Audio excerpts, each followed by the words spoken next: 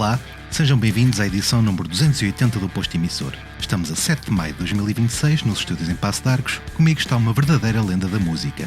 É o autor de discos tão indispensáveis quanto Angola 72, de canções multigeracionais como Mariquinha, o homem que levou o Semba ao mundo. E fez tudo isto depois de uma carreira mais que promissora no atletismo. Entre outras coisas, foi recordista na prova de 400 metros, recorde esse que se manteve durante uma década. Nascido José Adelino Barceló de Carvalho a 5 de setembro de 42, o mundo conhece-o, e bem, pelo seu nome de guerra, Bonga. Bem-vindo ao podcast da Blitz. Muito obrigado.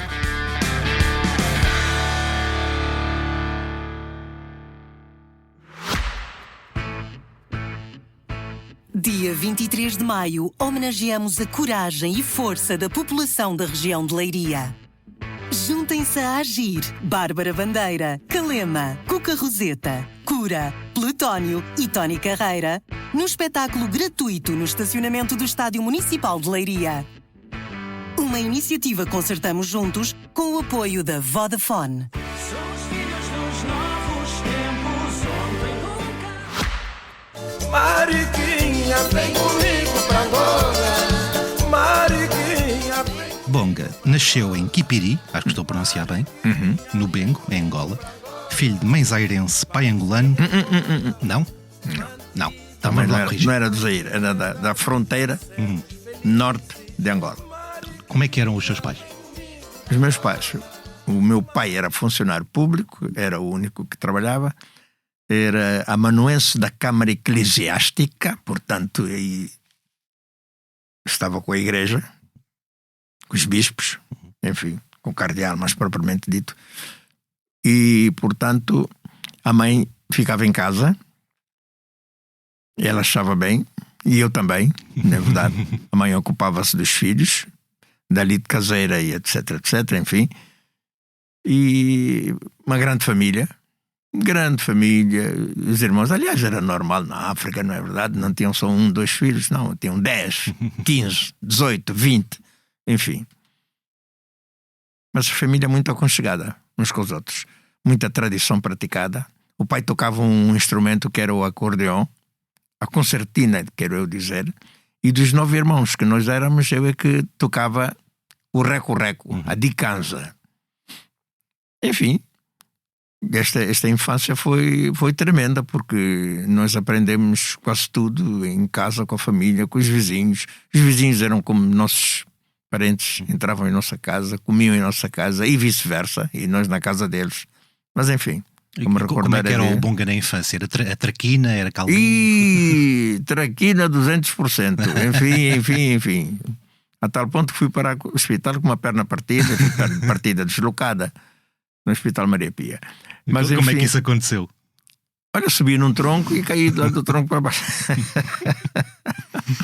E caí do tronco, Mas fora disso, ok, muito pertinente, quer dizer, é incrível. Contar tudo isso, um dia inteiro a gente contava os nossos malabarismos, as nossas brincadeiras, as nossas risadas e sobretudo, as tais coisas que chamávamos úteis, na verdade. Fazíamos o desporto de bairro contra bairro, não é?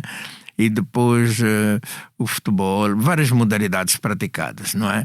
E algumas malandragens no meio, não é? E roubar fruta, os quintais de determinados indivíduos, as goiabas, as maçãs, enfim, aquela coisa. Mas também uma chamada de consciência, porque nós não fazíamos só as neiras. Era aquele aconchego familiar, porque íamos fazer o recado da tiazinha e depois íamos prestar serviço aos velhos que fossem eventualmente necessitados e tudo mais. Eu sei lá. Mas era uma roda viva de atitudes e atividades, quer dizer, que nos engrandeciam bastante. E quando é que o Bonga descobre o amor pela música? Isso pela música vem do folclore. Vem do folclore. Primeiro em casa mesmo com o pai, que tocava a concertina, e eu dos 9 irmãos acompanhava com a dicanza, não é? E depois eram os amigos que nos fins das tardes eles tocavam no bairro, num determinado canto.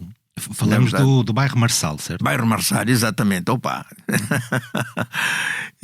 Mas eram quase todos os bairros que tinham música, né? Uma coisa maravilhosa. E era gratuito, era mobilizador e tudo. Em todos os cantos havia festa. Em todos os cantos havia festa.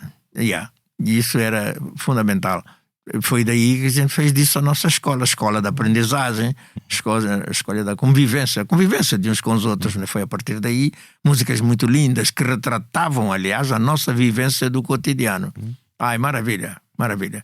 Isso foi das grandes coisas que eu fiz. Por essa razão eu comecei a cantar e a perceber e a inteirar-me, sobretudo do Kimbundu, que é uma língua de Angola, não é verdade? O Madás, temos muitas.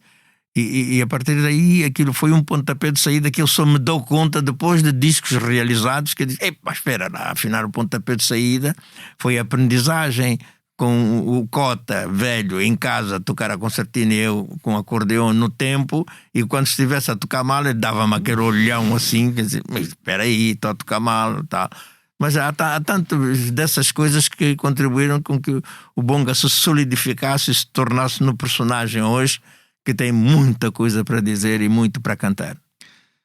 Antes de se tornar popular pela música, o bonga vem para Portugal em 66, como o atleta do Benfica. Ora bem. De que forma é que entrou no mundo do atletismo? Porque já fazia o atletismo em Angola, nos coqueiros, naquela... Sim. E como é que começou a fazer no bairro. Nessas brincadeiras que a gente fazia, fazíamos também as correrias, não é verdade? E os concursos, não é verdade? Quem não fizer não sei o quê, aquelas coisas. Correr daqui até ali, quem chega primeiro. Afinal, estávamos nós a fazer a nossa preparação física, não é verdade? Que permitiu depois engrenarmos nos clubes, né? Eu fui para o São Paulo, primeiro que tudo, e depois para o Clube Atlético de Luanda, nos coqueiros, e a partir daí nunca mais parei.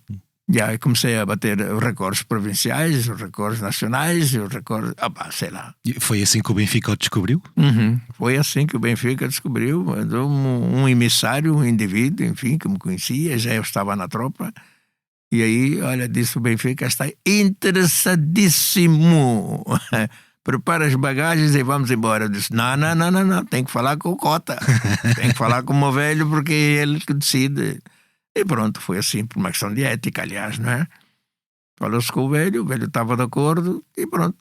E cheguei aqui, olha, ali no Campo Grande, havia ali a churrasqueira do Campo Grande, e eu estava ali perto, quer dizer, havia aquela instância de madeira que havia ali, o campo do Benfica, não é verdade, naquela altura, e ali que a gente treinava, e foi para ali que eu apresentei a minha documentação, a minha chegada, os tempos já eram conhecidos, e olha, comecei os treinos. E como é que foi a primeira reação ao aterrar em Lisboa? Houve alguma espécie de choque cultural? O choque foi propriamente na abordagem, não é verdade? Quer dizer, enquanto estavam a preencher os meus documentos, não é verdade?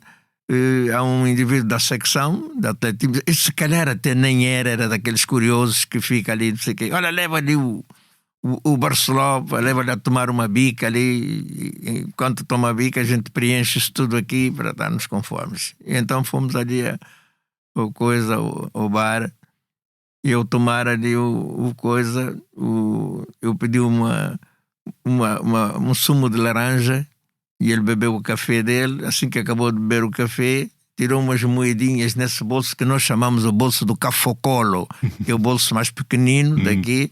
Pagou o dele e disse, olha, já paguei o meu, agora pago o teu e vamos embora.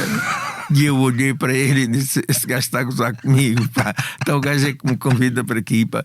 Eu venho de Angola, nem tenho dinheiro daqui, pá. Nem teve direito a um café. Espera aí, não tenho direito a um café. Espero que esse gajo não seja do Benfica, pá. Esse gajo deve ser de um outro clube qualquer.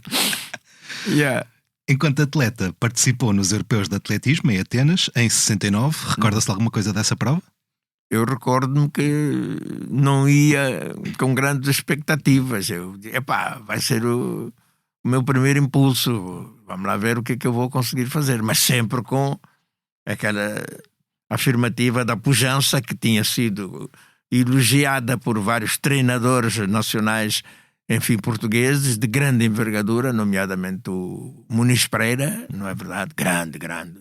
O Gromicho também, o Matos Ferrantes, enfim, todos os treinadores tinham dito, este gajo com esta passada, esse gajo vai longe, olha, e fui. Recorde durante 10 anos. 10 anos sem ser batido, podes crer. E eu já estava fugido, já estava noutros lugares, e ainda se falava de mim aqui, de Caxexe. Ainda dá umas corridas ou nem por isso? Não, Já não dá para mais. Não, agora sou no palco. Neste período foi também vizinho do Eusébio. Fui Vizinho do Eusébio. e amigo dele. Uhum. Primeiro fã dele. E afinal, há uma determinada altura que ele diz: não, eu também sou teu fã. Quando tu abres aí as gâmbias, pá, das aquelas passadas, espera aí, pá. Como é que ele era?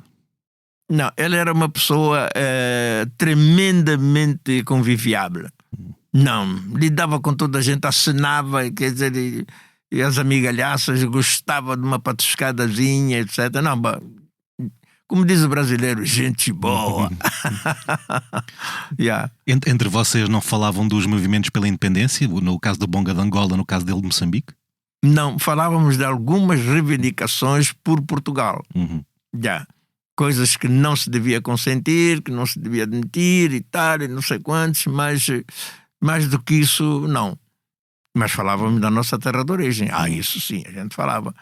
Ela dizia como é que era o ciclo, não é? Se era mais apertado, se podia falar mais.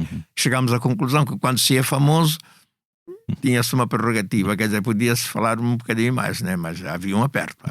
O atletismo acaba por lhe permitir operar meio na clandestinidade como ativista na luta pela independência. Foi uma época em que passava mensagens aos seus compatriotas, gozava dessa liberdade concedida pelo seu estatuto de atleta. Que cuidados é que tinha e que tipo de mensagens é que eram passadas? Era uma espécie de noticiário da vivência, na verdade, das pessoas, enfim, que faziam parte das nossas famílias e não só, e depois aqueles acontecimentos que não passam nos noticiários ou por outra, são censurados. Ora, como são censurados, ninguém vai saber. Matou aquele e pronto. E nós trazíamos essa mensagem, sabíamos as ocorrências, os lugares. Não éramos nós propriamente dito que dizíamos, mas a carta que nós trazíamos, na verdade, ia elucidar os comitês, quer dizer, que estavam no exterior, a malta estudantil, para divulgarem com a comunidade internacional. E quando é que percebeu que a PIDE andava à sua procura? Isso sempre. Sempre. Assim que cheguei a Portugal. Nós rimos, mas é triste. E depois faziam de conta, porque nós viajávamos. E sempre havia um ou dois sujeitos que vinham e ninguém sabia quem eram. Não era o treinador, não era o massagista, não era acompanhante de coisa nenhuma, não fazia parte do clube. A gente dizia: espera aí, está aí um carcarapa. As graças à porta. Não, este é quem a gente tem que ter algum cuidado, porque eles estão a ver, se alguns de nós se escapa para onde? Então a gente vem com bilhete de ida e volta. E como é que se dá a fuga para Roterdão, nos Países Baixos, em 72? Isso foi engraçado. Foi depois que recebi, porque eu não perdi, entretanto, o contacto com Angola, não é verdade? E as mensagens chegavam, os indivíduos viajavam de Angola para Portugal, traziam sempre qualquer coisa para me entregarem, quer que fosse no ponto de vista alimentar, quer que fosse no ponto de vista das informações, quer dizer, de situações complicadas, não é? E tudo isso a gente tinha que depois informar alguém ou, na viagem próxima, levar comigo para ser entregue a quem procurasse. Mas a fuga para os Países Baixos foi difícil? Foi bastante planeada? Houve algum tipo de aflição? Foi muito aflitiva, dado o impacto que isso poderia ter pela negativa, mas foi necessário. Porque eu fazia parte de um grupo que não é propriamente dito que fizesse parte, mas eu que trazia as cartas e, portanto, era um dos elementos desta tónica, enfim, sociopolítica. E acontece que eles foram presos em Angola e vieram-me dizer, eu estava a treinar e nessa mesma noite eu basei, porque já todos tinham entrado e só faltava eu. Mas ia complicar um bocadinho porque, primeiro porque eu era muito conhecido aqui e não se prende assim à toa, não tinham justificações, não era... mas eu pensei 2 vezes, tive cá o meu feeling, disse, não, espera aí, não, ou agora ou nunca. Porque o nome estava na lista, de qualquer das formas, não é? E então pego em mim a minha sacola, na verdade, e passo ali no aeroporto. No aeroporto, veja lá, fui de avião. E ao passar por ali, eles reconhecem. Barcelona e tal. Mais uma viagem? Não, vou comprar discos. Vou ali comprar discos a Amsterdão e tal, e tudo bem. Quando o avião levantou, eu fiz o adeus com a mão fechada. Tchau, até um dia. Ainda antes dessa fuga, o Bonga esteve presente na edição de 71 do Festival de Vilar de Mouros, como o Woodstock português, como membro de elemento da banda do Ouro Negro. Sim. O que é que se recorda desse evento? Olha, estive também com o Hugo Maia de Loureiro, que representou Portugal na Eurovisão. Tocava as percussões. Porque, ponto, nesta passagem, nesta vivência em Angola, na verdade, nos bairros que eu considero bairros típicos, na verdade, aprendi tanta coisa, aqueles instrumentos típicos tradicionais e não sei o quê. E quando venho de lá para aqui, trago na bagagem tudo isso, né? E então acompanhava. Olha, acompanhei o Eleutério Sanches, acompanhei o Rui Mingas, acompanhei o Hugo Maia Loureiro, que cantou no Eurovisão. Eu cantei o Vum Vum e a Lili de Chumba. Quer dizer, quando precisassem do batuque, não é verdade, das ngomas, como nós dizemos, era o Barceló que se chamava, não é verdade, para fazer na televisão, por exemplo, não é verdade, a acompanhar este ou aquele, mas nunca cantava, porque tinha aquele meu rouco, não é verdade, de que não se acreditava muito, nem sequer eu tinha ainda dando o boom do Angola 72, porque foi gravado na Holanda. Eu pergunto-lhe sobre o Vilar de Mouros em específico, porque este foi um evento que acabaria por se tornar marcante, porque foi uma espécie de liberdade no meio daquilo que era o regime na altura. Sim. O Dr. Barros, que era o organizador do festival, chamou-lhe loucura controlada. Lembra-se do como era o público nesse evento? Porque há relatos da polícia política a escrever que havia jovens nus a banharem-se e gente com uma estrela anarquista. Quer dizer, ali... aquela onda hippie, né? Exatamente. Pois. E o pessoal chegou ali, liberdade, emancipação. Vamos a isso. E foi-se. Cada um cantou o que quis, os abraços, os choros, as lágrimas, enfim, sei lá, houve tudo, copos. Mas sobretudo muita consciência. Yeah. Havia consciência dentro do festival que aquilo podia ser algo de maior? Sim. Mas foi bom. Nesse ano em que editou o Angola 72, o disco que lhe deu e continua a dar projeção mundial, recorda-se como é que correram as gravações desse álbum? Olha, nós éramos 3. O quarto era o meu querido Djunga de Biluca, que já morreu, que era o proprietário do Morabeza Records. E esta gravadora é que fez-me o favor de gravar o Angola 72. E então foi muito interessante saber que estava com companheiros com quem a gente fazia umas patuscadas nos fins de semana. O Mário Rui Silva, que já se foi, o Humbertona, cabo-verdiano, também já se foi, infelizmente, e myself. E aí a gente entra no estúdio às 8 horas da manhã e saiu às 20 horas. Estava o disco gravado, Angola 72. Num só dia? Num só dia. Uau! Isto ficou marcado para a história. Porque dificilmente acontece um músico gravar um disco num dia só e com as horas reduzidas, na verdade. Porque eu gravei depois os outros discos e tal, havia mais condições e não sei o quê. Mas já me perguntaram até, mas estava limitado porque não se acreditava em si ou porque era uma oportunidade que lhe estavam a dar e não sei o quê. Não. O homem que gravou o disco, o Djunga de Biluca, primeiro a voz rouca, e depois a mensagem que ele tomou conhecimento depois que gravei o disco. E o disco tinha força, tinha força, como aliás continua com a força toda que ele tem. Dos testes que entretanto foram traduzidos e tudo mais. Oh my God!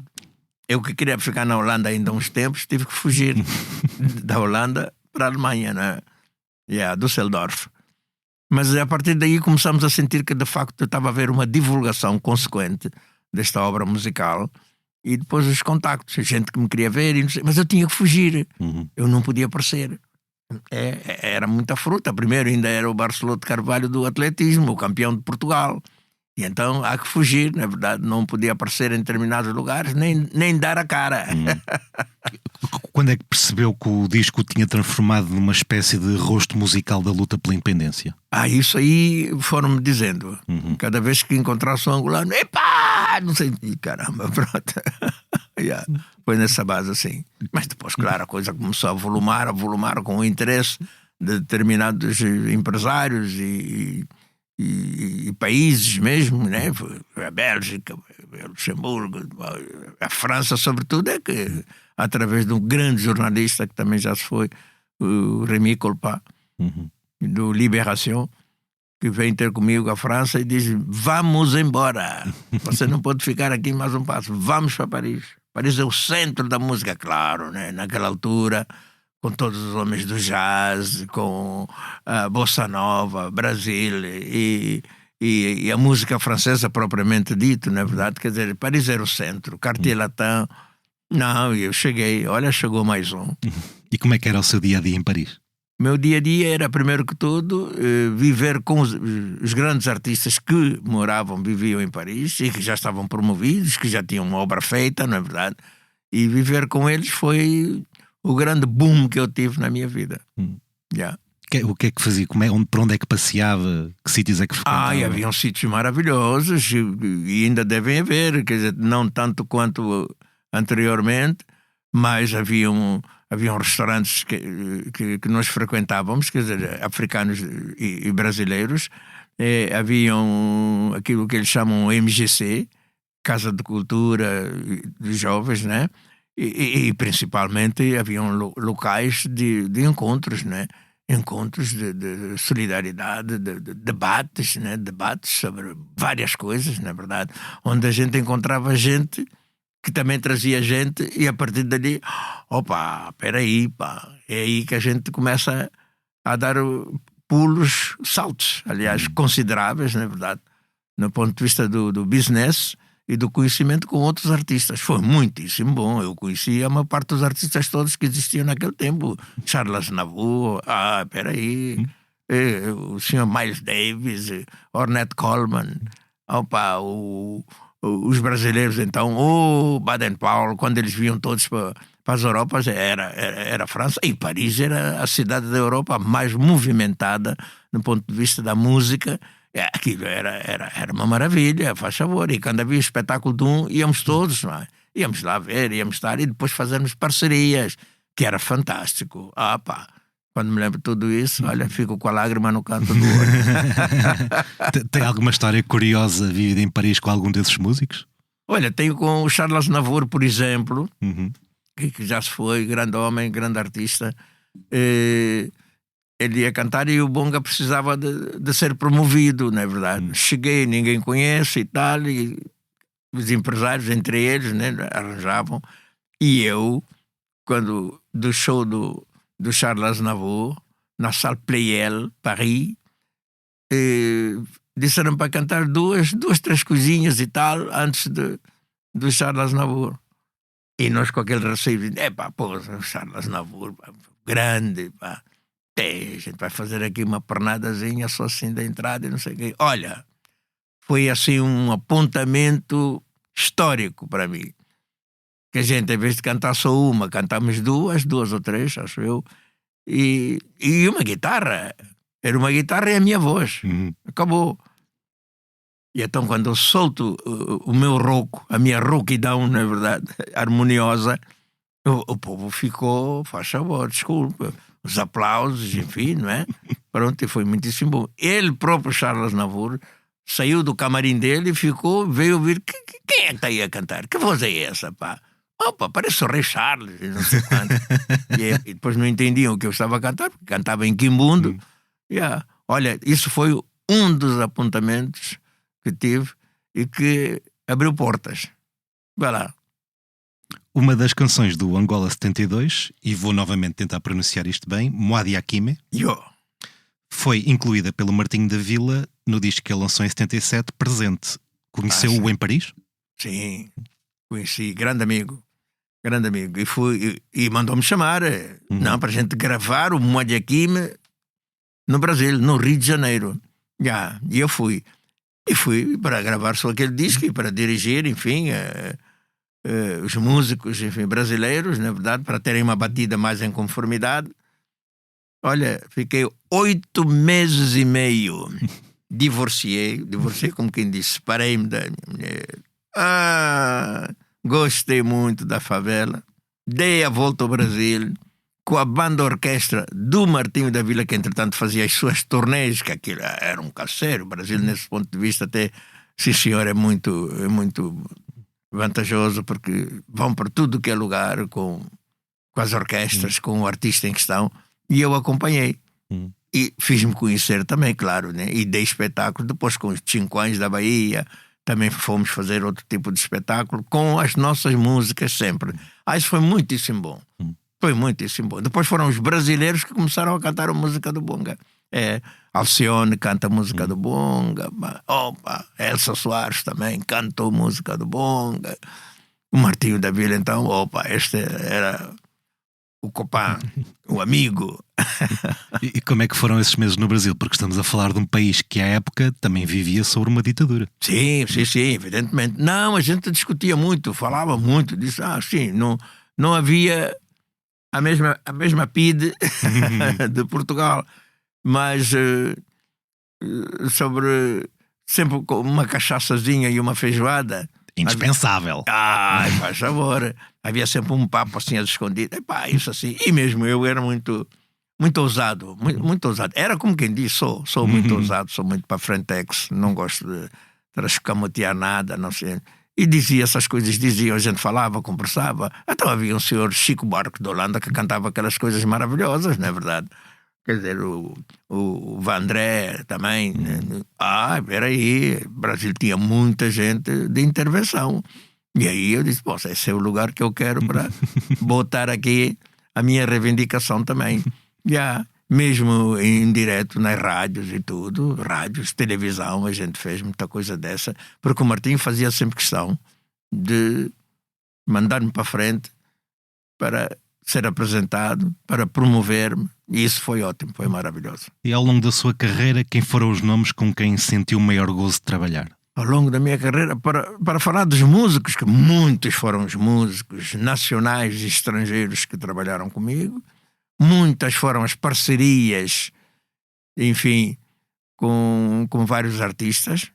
Por exemplo, a Mercedes Sosa, maravilhosa, credo. Carlinhos Brown, da Bahia, Marisa Monte, depois, nos Estados Unidos da América, o Pharoah Sanders, depois havia o Ornette Coleman. Mas tanta gente, quer dizer, a gente depois chega a uma altura que se perde. E depois os homens do samba no Brasil, aquelas escolas de samba que para mim, quer dizer, nós temos uma miniatura de carnaval, né? E no Brasil, quando aquilo é um mundo. Tanto que eu desfilei na escola da Vila Isabel, que era do Martinho da Vila, na verdade, claro, só pode. Mas eu queria desfilar na Mangueira. E como é que foi essa experiência? Essa experiência foi agradabilíssima, porque, primeiro que tudo, eu, como africano que era, na verdade, que sou, falava da minha África querida, de Angola, dos usos e costumes, porque eles queriam saber como é que era. E como queriam saber, eu dava-lhes a conhecer como é que eram as turmas dos anos 50, 60, como é que era o nosso mini carnaval para eles, mas para nós era o carnaval, enfim, que tratava da sociedade, das críticas, na verdade. E então aquele intercâmbio que havia entre o que eu sabia de Angola e da minha vivência com Angola, e eles pegavam aquilo como um conhecimento necessário ao brasileiro que era descendente também da África, não é verdade? Aí era muito bom. E o feedback passava positivo. Maravilha. Em 2016, o Bonga colabora com o Plutónio. Como é que olha para a música dele? Boa, ótima. Não, jovem, força. Música muito trepidante. Surpreende-o que as novas gerações estejam atentas ao que o Bonga já fez? No princípio era assim um bocado de coisa, né? Ficava assim, cantem samba, pá. Cantem a música que eu canto também, não sei o quê. Não, mas depois, a gente também não vai ser assim tão exigente quanto isso. Vamos interagir, colaborar uns com os outros e eu dar do meu aquilo que eles querem. A música também não pode ficar parada no tempo, não é? De maneira nenhuma. A prova de que já fiz tanta coisa com tanta gente. Acha que o Plutónio vai ser um dia presidente da Junta de Freguesia de Alcavidez? Seria ótimo. Acha que ele tem jeito? Eu não sei, vai depender dele, do empenho, né? Não é fácil. Ele vontade tem. Sim. Mas só de vontade está o mundo cheio. Yeah. A pergunta que se impõe: onde é que o Bonga estava no 25 de Abril? Na França, em Paris. Como é que recebeu a notícia? Maravilhosa. Maravilhosa. Mas logo a seguir, uma reflexão profundíssima. Uhum. E essa reflexão tem a ver com o povo que a gente tem. Os malabaristas, os inativos, os intelectuais ou pseudo-intelectuais, os assimilados, os confusentos, os fofoqueiros e os que trabalhavam faziam jogo duplo. Uhum. Os pidescos, na verdade, que nós tínhamos, e não eram poucos. E depois pararmos no tempo e no espaço e refletir em conjunto. Havia uma equipe de angolanos, na verdade, e com várias pessoas de vários quadrantes do globo, e até estávamos numa festa. Quer dizer, não era bem uma festa, eram uns aspipezinhos e tal, e uns copos. Paramos. Ficou todo mundo parado em sentido. Disse, e agora? É que foi mais complicado antes a gente estar a falar de Angola, falar não sei o quê, os problemas aqui, acolá, não sei o quê, das intervenções de cada uma.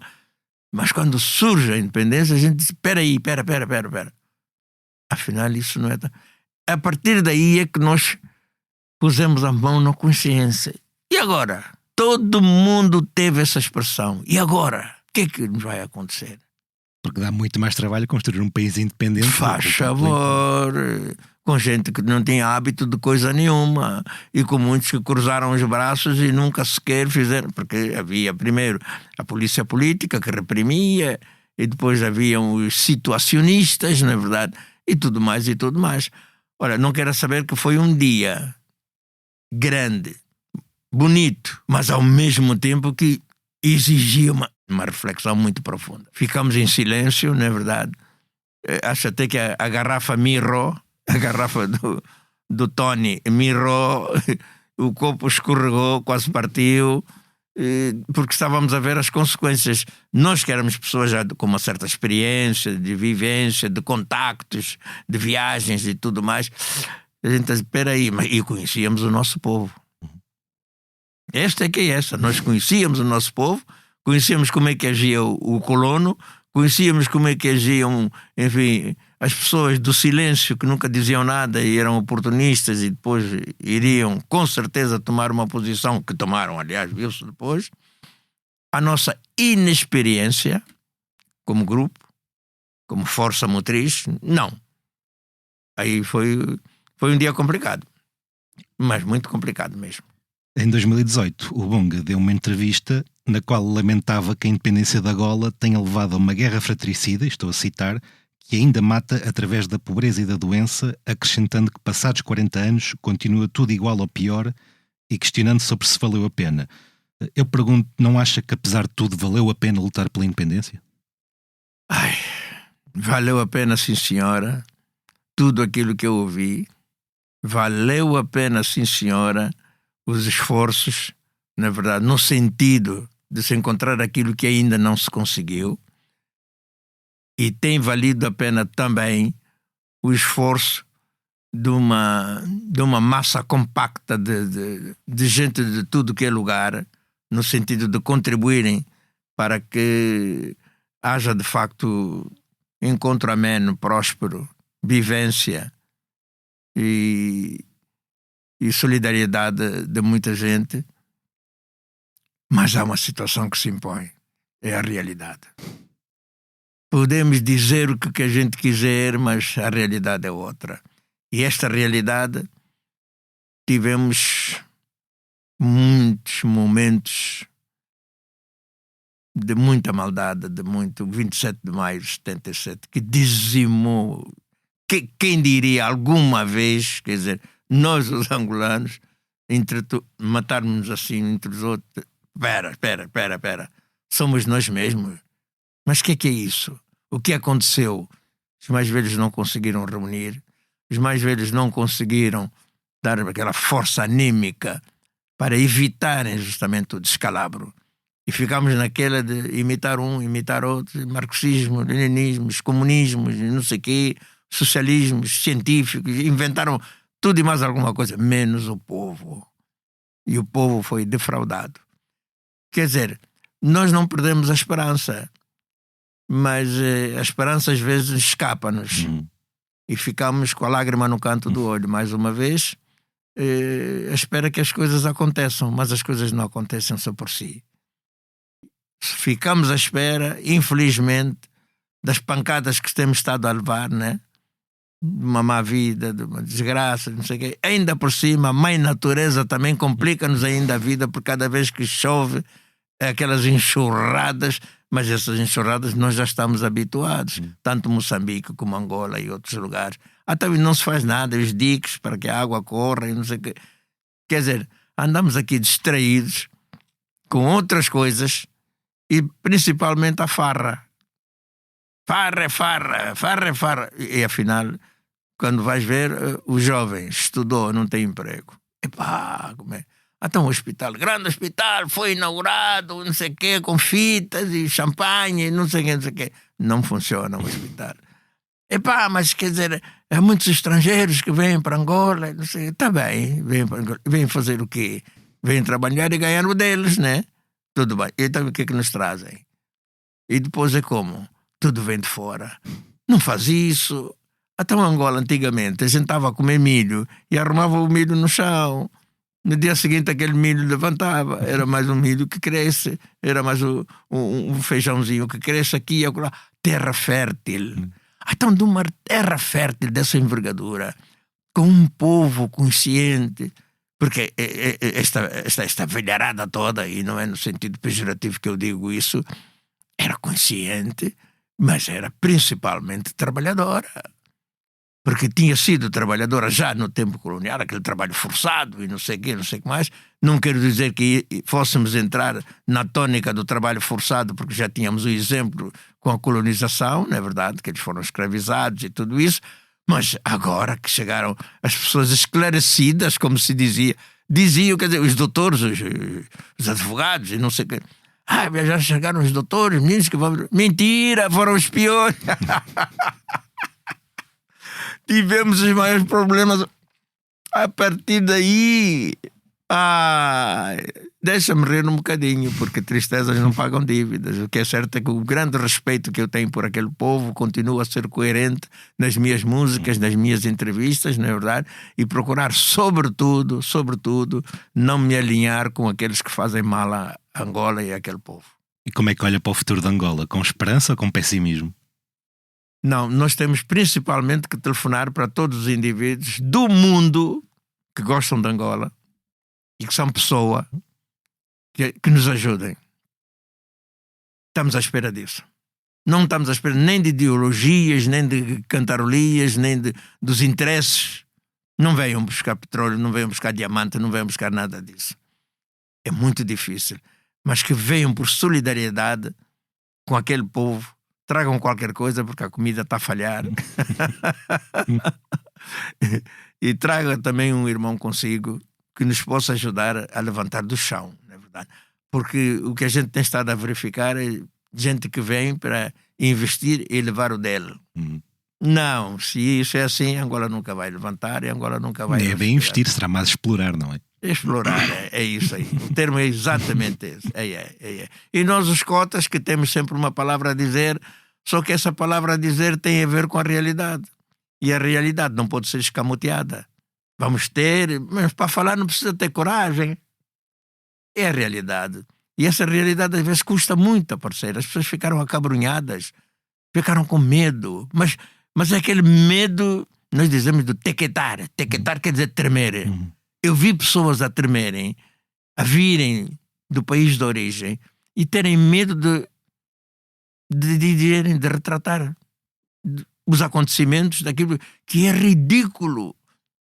A gente fica, Angola, nos anos do antigamente, era o terceiro do café, era o primeiro, não sei o quê, do sisal, era oleaginosas. Espera aí, também nós somos quem? Ficou assim, agora estamos de mãos a abanar. Eu tenho uma música que chama de mãos a abanar. De mãos a abanar não dá. Então quando tu tens tudo isso, não, espera aí, há um problema que nós temos que ver. Mas sem a ingerência de ninguém, nós família. Só que mesmo quando vamos buscar a família já tem conflito entre si. É por isso é que houve 27 de maio e houve outras coisas mais, não é verdade? Conflitos desnecessários, não é verdade? É a força, é aquela... Não, temos que falar das nossas incompetências. Vamos fechar as portas do cubículo de uma vez por todas. Vamos falar das nossas incompetências. Ponham os partidos todos de parte.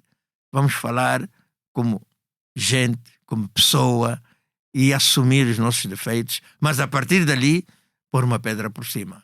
E dizer, a partir de agora, vamos tentar solidarizar-nos uns aos outros, e encontrarmos um meio pelo qual a gente se encontre e reencontre, mas com tudo isso a progredir e o mais fraco beneficiar de igual para igual. Não, se não estamos mal, estamos feitos ao bife, como diz o outro, na verdade, é só levar. Não dá. Nos anos 80, o Bonga queixou-se de haver produtores que queriam fazer de si uma espécie de Júlio Iglesias africano. Olha, grande notícia!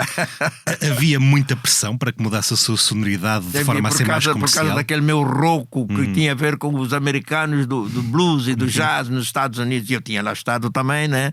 E por conseguinte criam outro tipo de música. E aí eu tomei uma posição firme. Eu disse, esses gajos não querem que eu seja quem eu quero ser. Tenham paciência. Mesmo de Angola às vezes diziam, não, nasceu em Portugal. Espera aí. Eu gosto muito de Portugal, tudo bem, mas eu sou angolano. Nasci em Angola, num lugar assim. E a contar exatamente essas histórias. E eles criam uma espécie de Julio Iglesias, cantar em espanhol, depois em inglês, depois não sei quantos. E dizer, vocês são malucos, desculpa.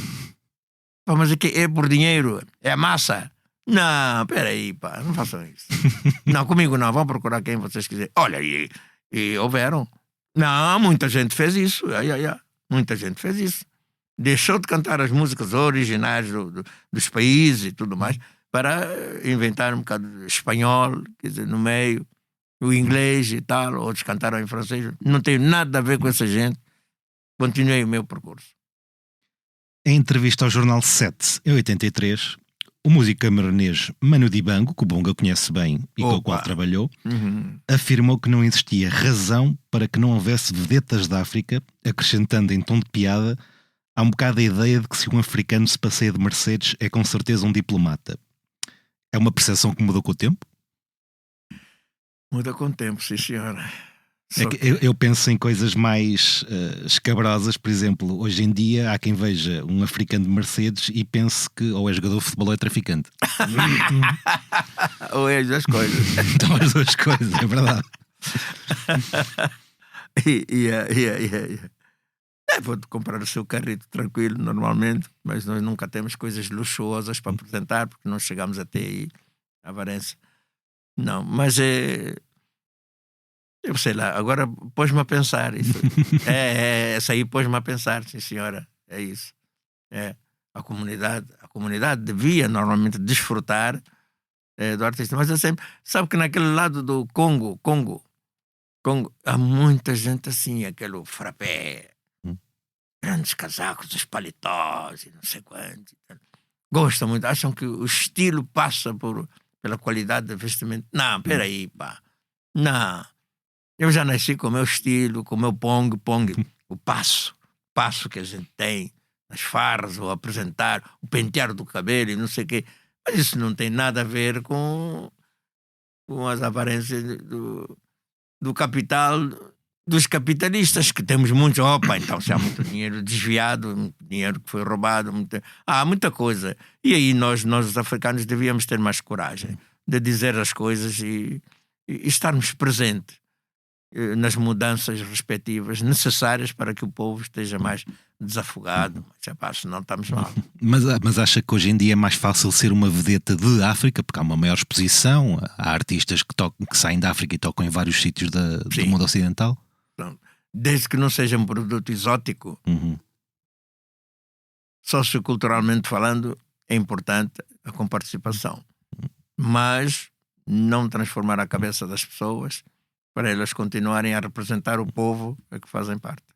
Sim, o Bonga fala de exotismo e eu recordo outra coisa que disse em 83, que é: não quero que a música africana se torne uma masturbação para muitas pessoas que a encaram apenas como uma moda ou um produto de consumo.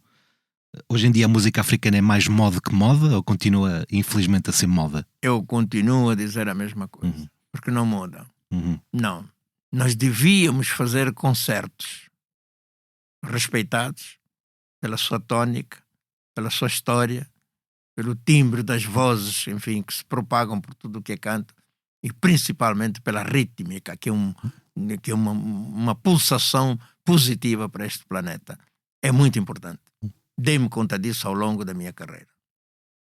Mas na sociedade de consumo e na era do streaming ainda é possível fazer música que não seja moda? Não gosto disso. Fui contactado variedíssimas vezes para fazer coisas que eu não quis, no ponto de vista musical, rítmico, não é verdade? E depois misturas, sobretudo aquela miscelânea, não sei de quantos, agora põe daqui e da acolá. Mistura com o espanhol. Tens de cantar uma música em inglês? Não. Os franceses tentaram comigo também. Opa, uma música na tua voz, em francês. Ia ser, não foi. Não foi, nem eu quero. E não é por nada. Pronto, é o meu voto com aquela, com o quimbundo, com o calão, com a gíria, daquela tradição. Eu vivi, comecei por aí, de muito novo, alimentei-me com tudo isso, fui bem sucedido no ponto de vista da musicalidade, da gravação, dos espetáculos e tudo. Peraí, qual é o lugar onde eu não passei, não é verdade? Não sou rico porque eu divido o dinheiro com a minha família.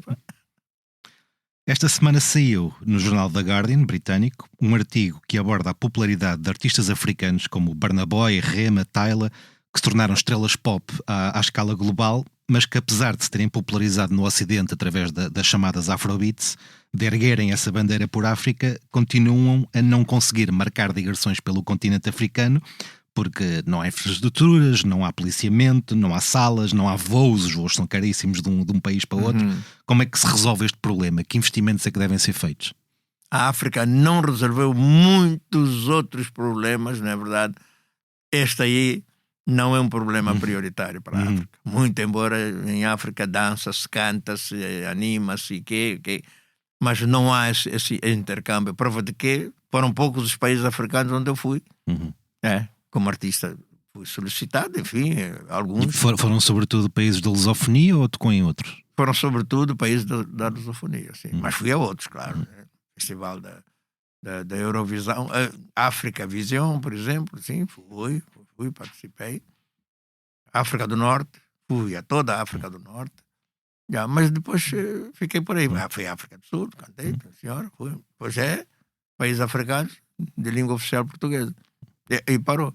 Mas não há um intercâmbio de facto, na verdade. A África, que tem um potencial, enfim, musical e rítmico muito forte, na verdade, nós não temos esse intercâmbio entre países, entre artistas, vários. E eu mesmo assim ainda sou um privilegiado, porque fui a vários países africanos, na verdade, onde impus a minha música, o meu samba ali, o meu quimbundo, a minha rítmica, a minha batida, e fui aceito, mas tomaram em conta o facto de ter sido produzido em França. Lá está o mambo. E a partir de França eu vinha como se fosse um artista francês. Não gostei da brincadeira. Disse, não, Angola. Já falou aqui por várias vezes da questão do Quimbundo.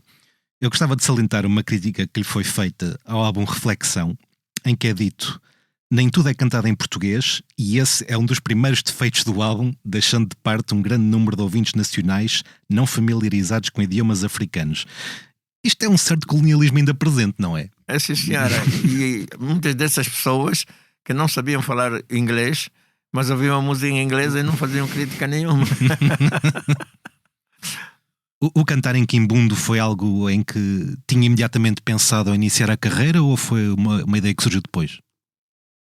Não. Sempre pensou em cantar em Quimbundo? Sempre pensei em cantar em Quimbundo porque já tinha convivido com vários ritmos e várias canções de músicas mesmo da nossa terra em Quimbundo, e vários ritmos, por exemplo, o cabetula, a rebita, sim senhora, o samba, tudo era em Quimbundo. E a partir daí eu disse, não, em conformidade com a origem, é isso aqui que se faz. E eu fiz também, e não me dei mal. Em termos de métrica, é mais fácil escrever em Quimbundo que em português? Às vezes imagino as coisas mesmo em português, não. Imagino em português, porque é a língua que eu falo correntemente, muito embora falo outras, mas depois faço logo a tradução, imediatamente. Uma outra vez em Quimbundo o refrão, e depois faço a composição. Falávamos desta crítica como um exemplo de um colonialismo que ainda não passou. O Bonga teme que estas doutrinas neocolonialistas voltem a vigorar em Portugal? Eu tenho uma série de receios, né? Mas só são receios, quer dizer, não quer dizer que isso se vá praticar, porque se for praticar, vai ser um... Porque há uma extrema-direita que ainda tem a descolonização atravessada. Infelizmente sim, e é verdade.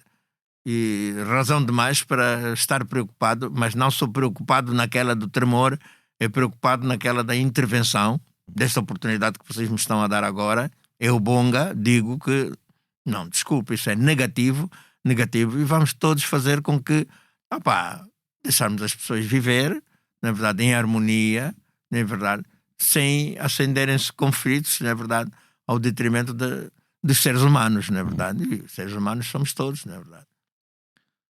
Quando falamos do Bonga, falamos de mais de 30 discos, centenas de canções. Já aconteceu em palco esquecer-se de como é que se toca uma delas ou esquecer-se de uma letra? Já me esqueci. Não, já esqueci.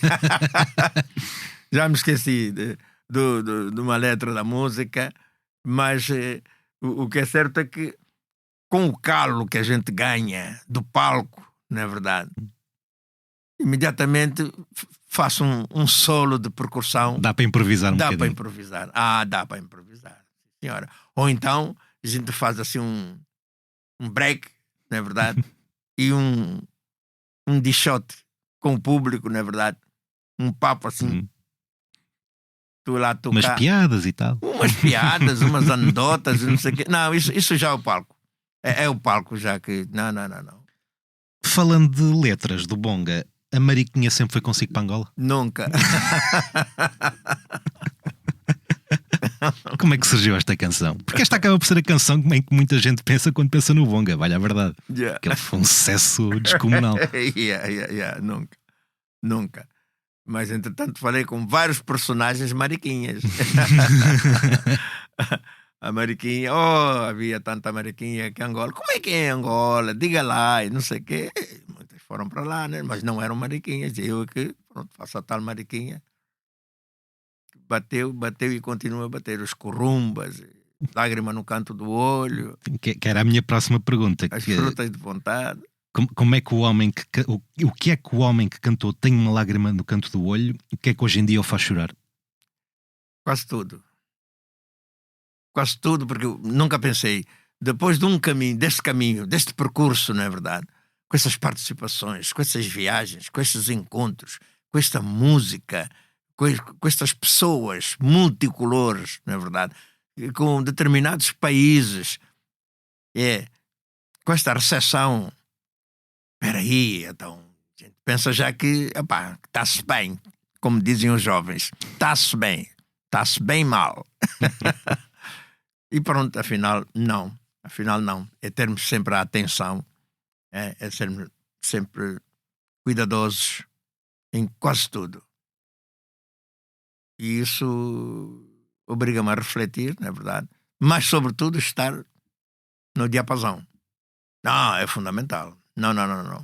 Ser igual a mim mesmo, não ser arcaico, dar aberturas, permitir aberturas, dar exemplos, não é verdade? Com participações. E isso tem sido fantástico nesse aspecto. O que é que lhe custará mais deixar quando esperemos que daqui a muitos anos o Bonga partir? A coesão. A coesão entre as idades, não é verdade? Porque nós tínhamos isso como tónica de vida.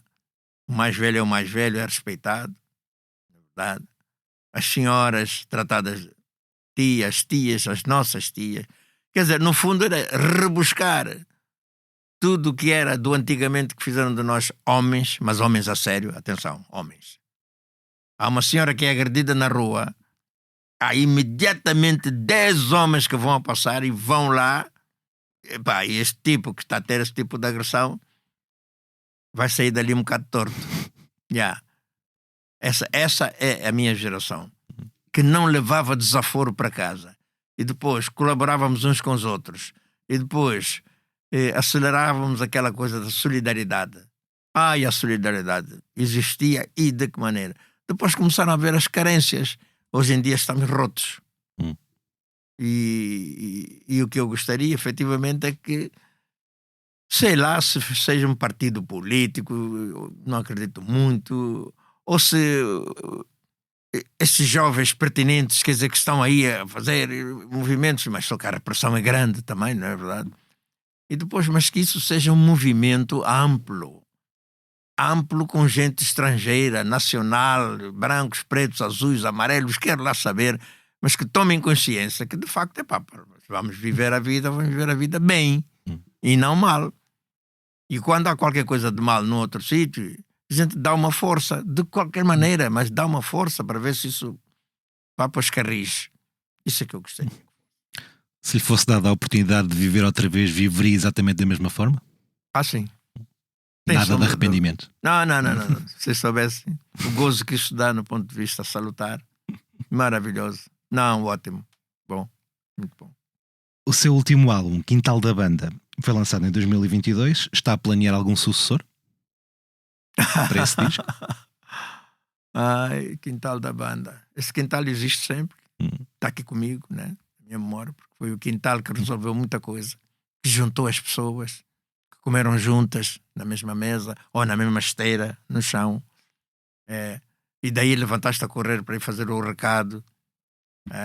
Que a senhora que te manda, que nem é tua mãe, que o senhor que te manda às vezes nem é teu pai, e tu vais com muita satisfação, carinho, e entregas o troco direitinho. E depois a banda é sempre a banda, a terra, os amigos, a amizade. A família hoje perdeu muito do impacto positivo que tinha naquela altura. Mas a família hoje é qualquer uma. Isso é muito bom. Eu acho que se melhorarem isso, não vamos ser vítimas, enfim, daquelas guerrilhas de quintal,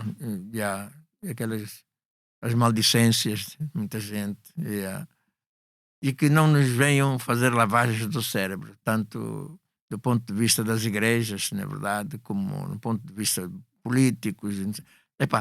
Deixem as pessoas em paz, por favor, porque temos muito para dar entre nós.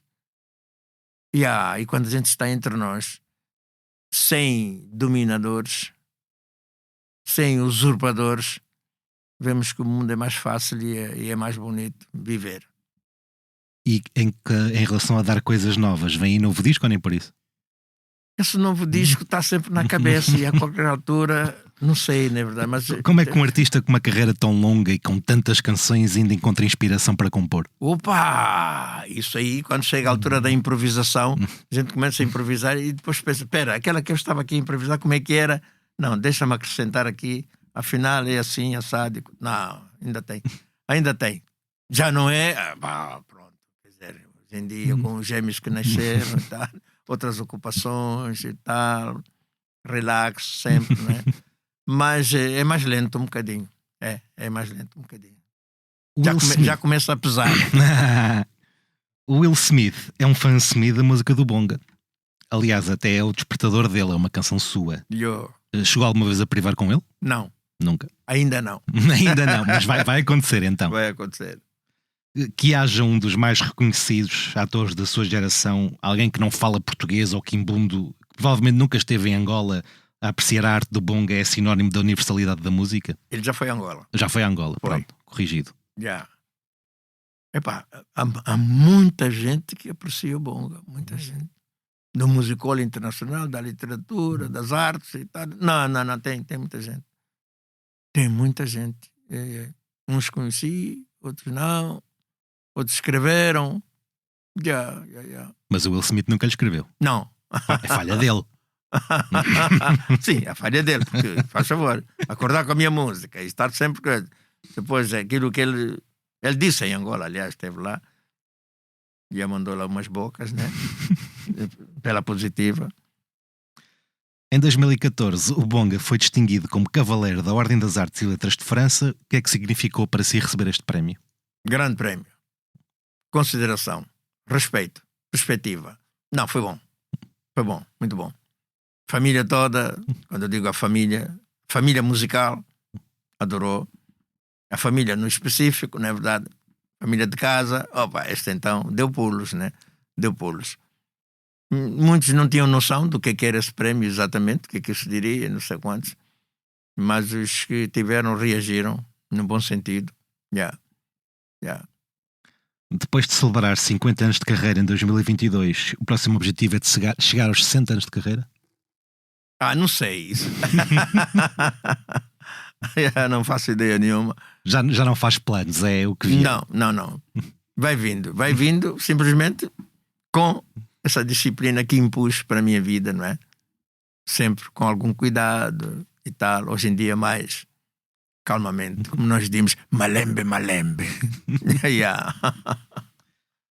Para terminar esta secção, já falou aqui deles, foi pai de gêmeos em 2025, acrescentou o seu nome à lista de homens que foram pais com mais de 80 anos. Como é que isto aconteceu? Foi planeado? Foi algo... Não. Se foi planeado, foi por ela, não por mim. Ela é jovem, jovem como quem diz, né?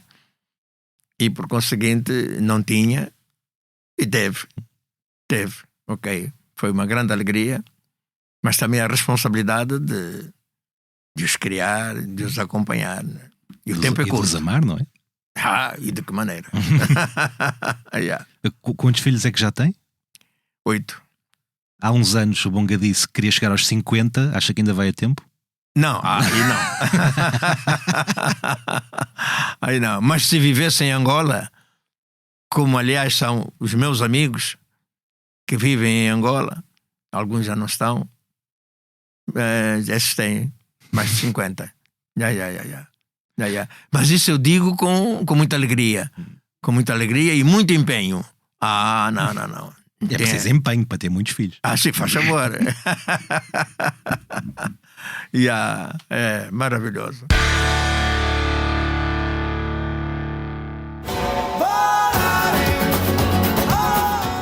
Olhamos agora para os concertos da semana. Diego Baliardo, membro fundador dos Gypsy Kings, irá apresentar as intemporais canções do grupo num concerto no Coliseu dos Recreios, em Lisboa, a 10 de maio. O cantautor norte-americano Steve Gunn traz o seu mais recente trabalho, Daylight, ao Understage no Porto e à Galeria Zé dos Bois em Lisboa, a 8 e 9 de maio, respectivamente. E o Xira Soundfest, que este ano reúne concertos gratuitos de Gabriel o Pensador, Prof Jam ou Força Suprema, regressa ao Parque Urbano de Vila Franca de Xira, a 15 e 16 de maio. Bonga, o nosso convidado, também tem concertos agendados para os próximos tempos. Destaque para aquele que dará no Koala Festival em Cascais, a 30 de maio, partilhando palco com nomes como Caetano Veloso, Slow J ou Branco. O que é que podemos esperar deste concerto do Bonga? Bomba. Pela positiva. Faz favor. Num sítio de prestígio como esse, na verdade, não, vamos com a força toda. Meter os outros todos no chinelo. Não vamos fazer isso, mas Vamos fazer a nossa parte. E a nossa parte ela vem toda carregada de um historial que só pode agradar.